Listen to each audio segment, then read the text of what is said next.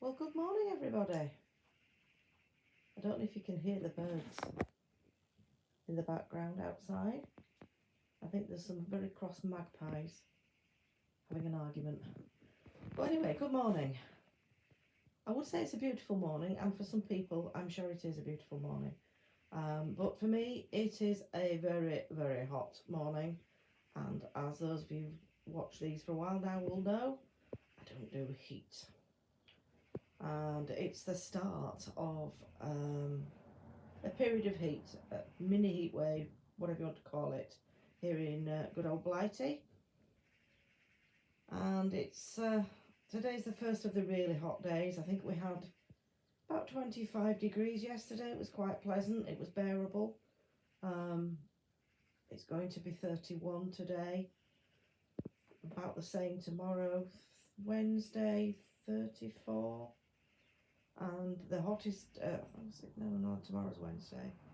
Thursday about 34. The hottest day is going to be Friday for us, and it's predicted to be up to 37, which is ridiculous. And it isn't the heat, as people, anybody watching this who isn't in the UK, it's not the heat that the British can't stand, it's the humidity. And that's what we're set to get. It becomes extremely hot and extremely humid and sticky weather, horrible weather. It's not that nice dry heat you get abroad. It's really, really humid heat. But anyway, that aside, I thought I better come on. So it's a while since I've been on again. I do a little quick update for everybody as to what's been happening. I mean, mainly all I'm doing in the garden at the moment is deadheading and watering, whilst I can, because I have a feeling we're going to end up with another hosepipe ban, which will be an abomination if we do. You know, really will. Apparently they've got one already in the southeast. We had one of the wettest winters I can remember. It rained from, well, you'll remember I've done videos to prove it, did vlogs, and it rained from November right through until February. Hardly a day went by we didn't have rain. We had a reasonably nice month in March. We had a lot of rain again at the start of this month.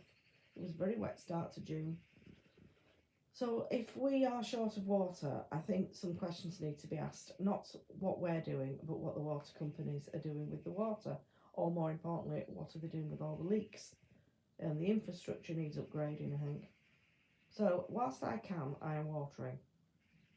Apparently, even when there's a hosepipe ban, you are allowed to water your vegetable plots. That's considered an essential. So I will just water that if that's the case. But yeah, it's looking quite nice. It wasn't so much last night. Some things looking a bit sorry for themselves and wilted a bit, but they've perked up with a big water. So I thought I'd do this now. It's 10:25. I thought I'd better do it before it gets too unbearably hot to go outside. In fact, I should probably be decamping into the sitting room from here because it will get really hot in here. It's quite warm in here now, although I haven't got the fan on yet, which I might do. I have the ubiquitous cup of coffee, as always. Can't see it. Where's my ubiquitous cup of coffee? I don't know. You can't see it. There it is. As I always do at this time of the morning, I've just made a spaghetti bolognese for tea and realised I didn't have any chopped tomatoes until the supermarket delivery came, which wasn't due till between 10 and 11. And bless him, just as I was wondering what I was going to do, I just have to do what I could and add the tomatoes later. He turned up early at 5 to 10, so I had my tomatoes. So I finished that. I don't want to be cooking this afternoon. I'll have to cook some pasta, obviously. My poor husband has gone to work. He's got a 12-hour day. And he's really struggling with his hay fever. Really struggling. And as I've said before, he isn't just sneezing a bit. It's a proper disability for him. It really is, because he just, his eyes stream, his nose, he coughs, he's got itchy eyes. It just can't function when it's bad. But he's gone to work, bless him. And if it gets bad, he'll have to come home. It's very high today, grass pollen. We discovered something, actually. It's a fact you might not know before I go outside. on Friday, yes, Friday night, I had the weekend off, and also on Friday night I thought he'd have a beer, because he doesn't drink much, because with his job he can't, 'cause he's driving. And he thought, oh, what the heck, I'll have a beer. So he had a beer. And Saturday, he was really bad. Well, late Friday night and Saturday, he was really bad with his hay fever. In fact, he didn't go watch the cricket on Saturday because he was that bad. And he suddenly said on the Saturday morning, he said, I had a thought. Do you think it's got anything to do with the beer? Now, I've been saying this for years, that it seems to have been associated with him drinking or going up to the cricket. And obviously that is in a grassy field. And I said, well, you know, standing in a grassy field all afternoon. Of course, when he goes up to watch the cricket, he's standing in a grassy field. He's also drinking with his mates, several pints. So I don't think it's been the grassy field so much as the beer. So I googled it, and yes, apparently alcohol can make hay fever, grass hay fever, much, much worse, because there's histamine in the beer, and that reacts to the histamine that you've got in your system, and it can make your nasal passages even narrower. I can't remember everything it said, but basically, basically, yes, it does make your hay fever worse. So he's not on alcohol now. He can't have any more alcohol while he's on his tablets. I mean, some years is better than others, but it depends on when the hot weather comes. If the hot weather doesn't come till the end of July or August, the hay fever, grass hay fever season is over. But this is its peak time now, end of May and June, early July. So, Buddy's gone to work, God bless him, but whether he'll be back early or not, I don't know. We'll have to wait and see. He has got a day off tomorrow, and then he's got 6 days on the bounce. So I am wearing my microphone. Remembered last night to charge up this old iPad, and then I've plugged my microphone in, so hopefully the sound is a bit better. Obviously I haven't got outside yet, so it isn't going to be too bad in here. I don't want to go out. Oh, I don't want to go out. Oh dear. It has to be done. There's a midgie. Midge has just come downstairs. You were better off up there, I think, sweetheart. Although it is warm upstairs. Oh, it's always warm. In fact, I'm going to go upstairs and draw the curtains up. So that's where the sun comes in. Right, let's go. Mungo, even he isn't stupid. Even he's decided it's best off in here. Haven't you, sweetheart? It's not going to be outside. It was briefly out on the sofa. As you can see, it's now in full sun. But it will be back out there tonight, I would imagine. Now I've got to be careful I don't trip over this microphone cable. I need to get a wireless one. So, let's go out while we can. Let's come out, Midge.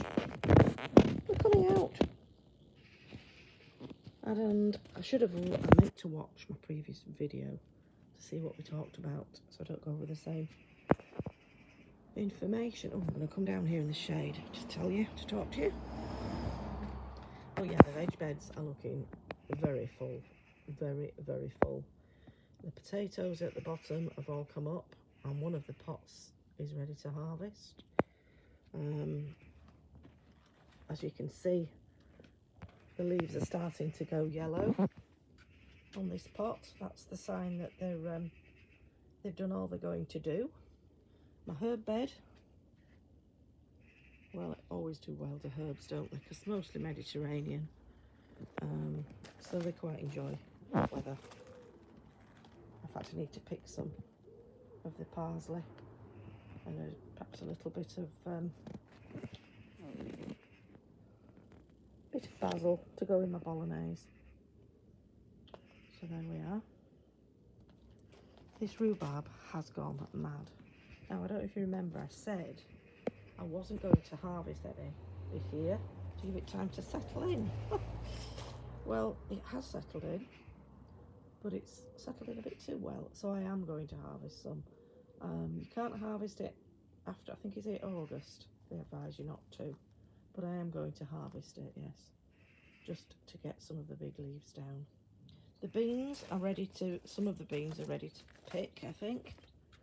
You can see these pods here are nice and firm. So I think they're ready to pick. So we're going to do some of those maybe tomorrow and have them for tea.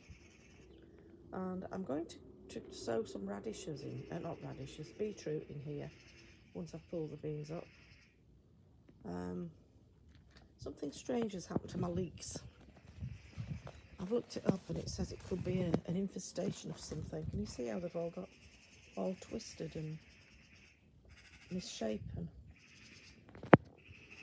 So I'm thinking I might put some more rows of carrots in there, some more autumn king, because they're getting a little bit, they're the autumn ones, they're not growing very well. I think they're in too much shade, but these carrots are doing fabulous. Look at them.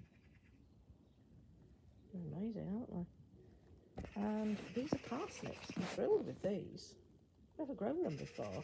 I thinned them out the other day and I'm leaving them to grow away now. See what they do. Because that would be nice to have parsnips, homegrown parsnips for Christmas dinner. The sprouts don't seem to be getting any bigger.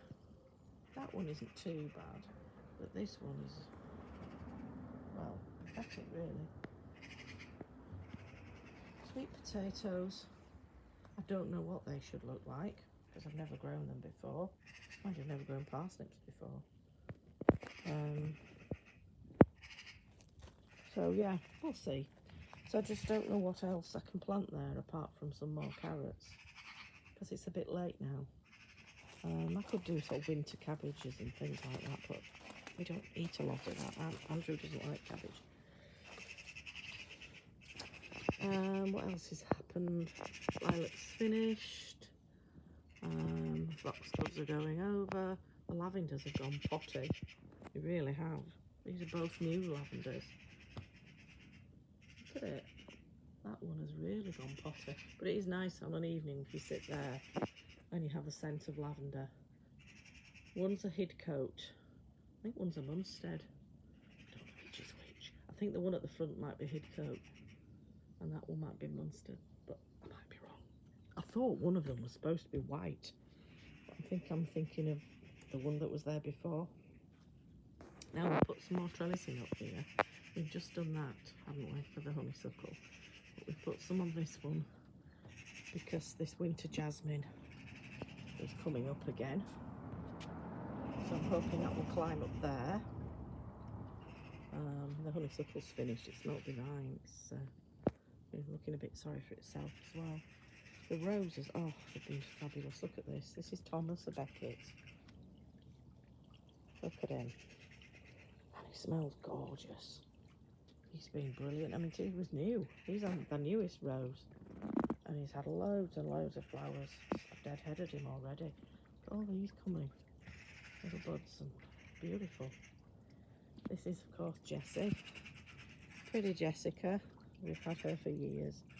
But she never lets us down. She's flowering. She looks a stunner. Look at that. Beautiful.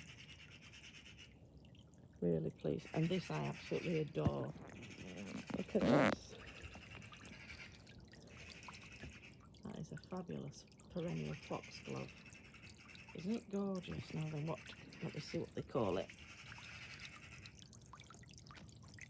A firebird. Yeah. You can see why, can't you? Firebird. So if my sister watches this and she gets back from her holidays, she said, I'd like to see it when it's opened up. I was with my sister when I bought it at one of their local garden centres. Isn't it gorgeous? This rose at the back here, this is the one I planted as a bare root. This is Lady of Shalott. But as you can see, there's quite a lot of buds coming. So I'm thrilled with that. So it was just a tiny little twig in March. It's amazing, isn't it? And my Barnsley baby's looking good. I'll stand back a bit. That's my Barnsley baby, Lavatera. Beautiful. The troughs are okay. slightly going over the Veronica. The thistle, that looked really sorry for itself last night, but it's perked up a bit since I watered it. This has had some self-seeded poppies in it. I didn't plant them, so that's been lovely. But that's starting to go over a little bit now. I filled the bird bath with water last night as well, and that's all gone. What else? Oh, I'm going to be pegging washing out, so I've got my line up. A lot of self-seeded poppies here. Here.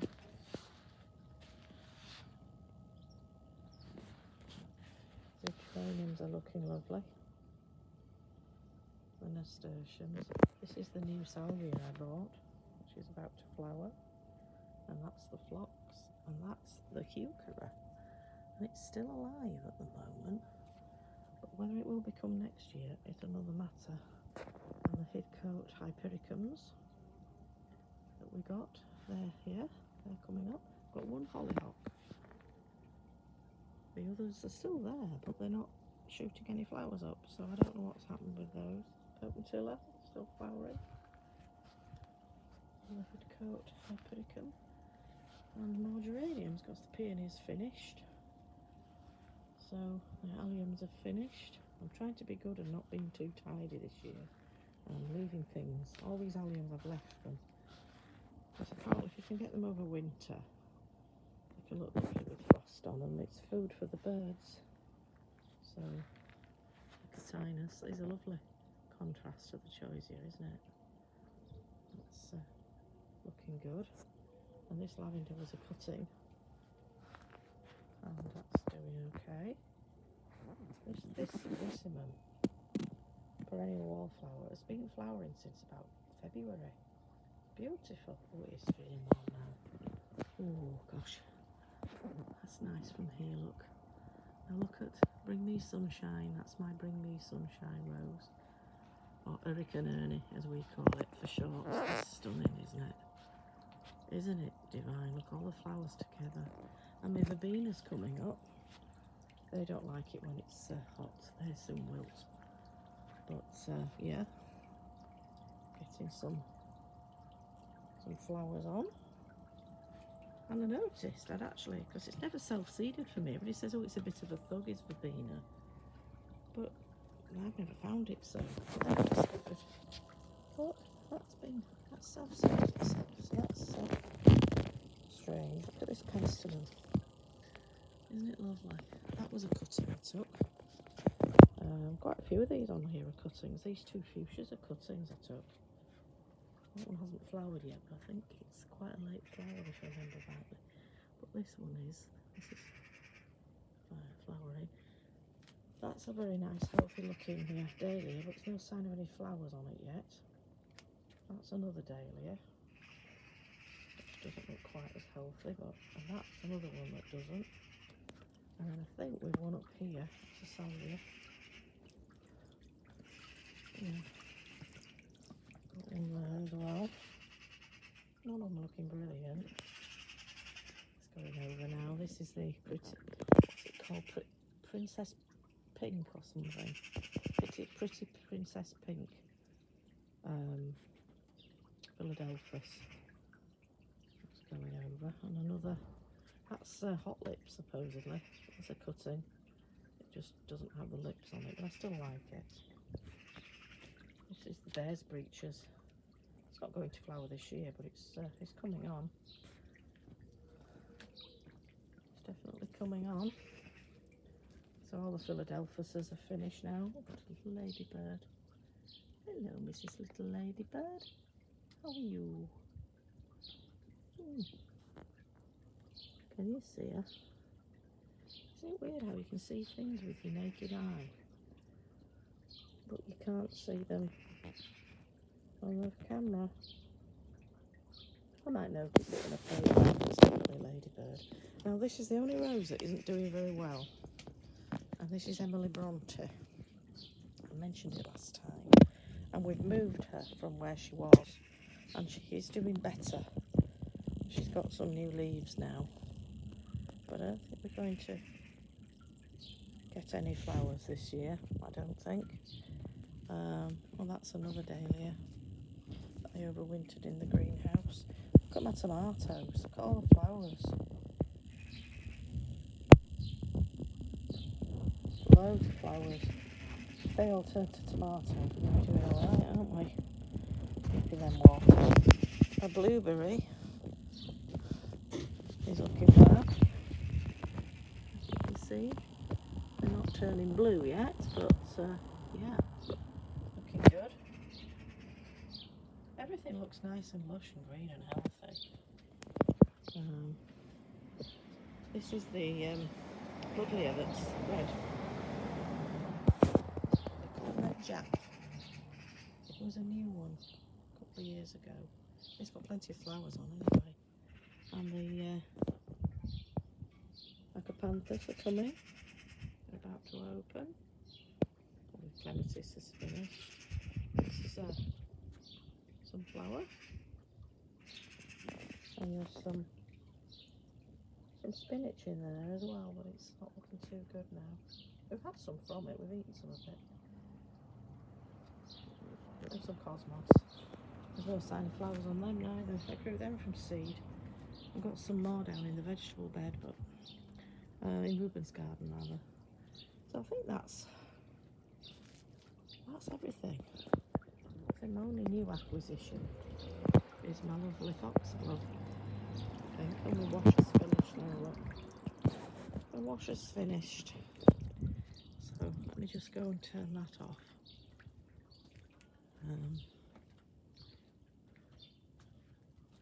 It's warm in this kitchen.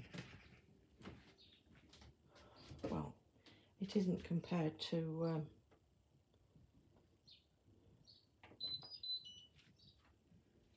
I'll pull the blind out. Just keep the sun out. Excuse my wash basket.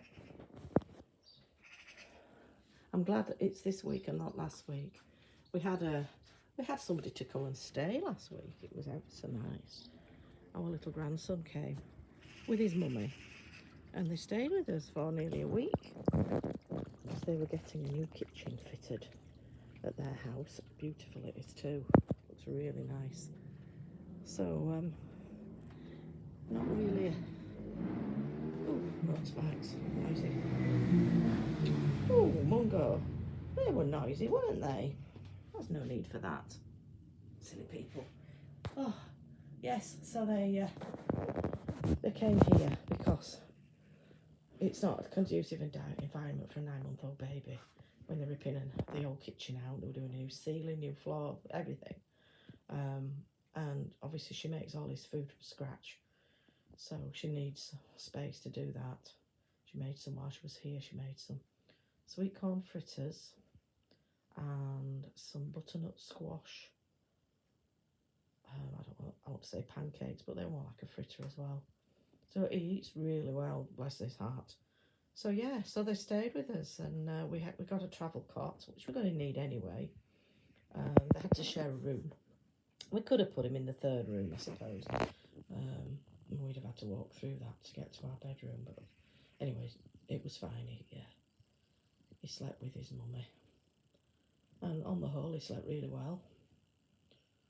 With a fan in there for him, because it was still quite warm last week, but gosh, not as bad as this.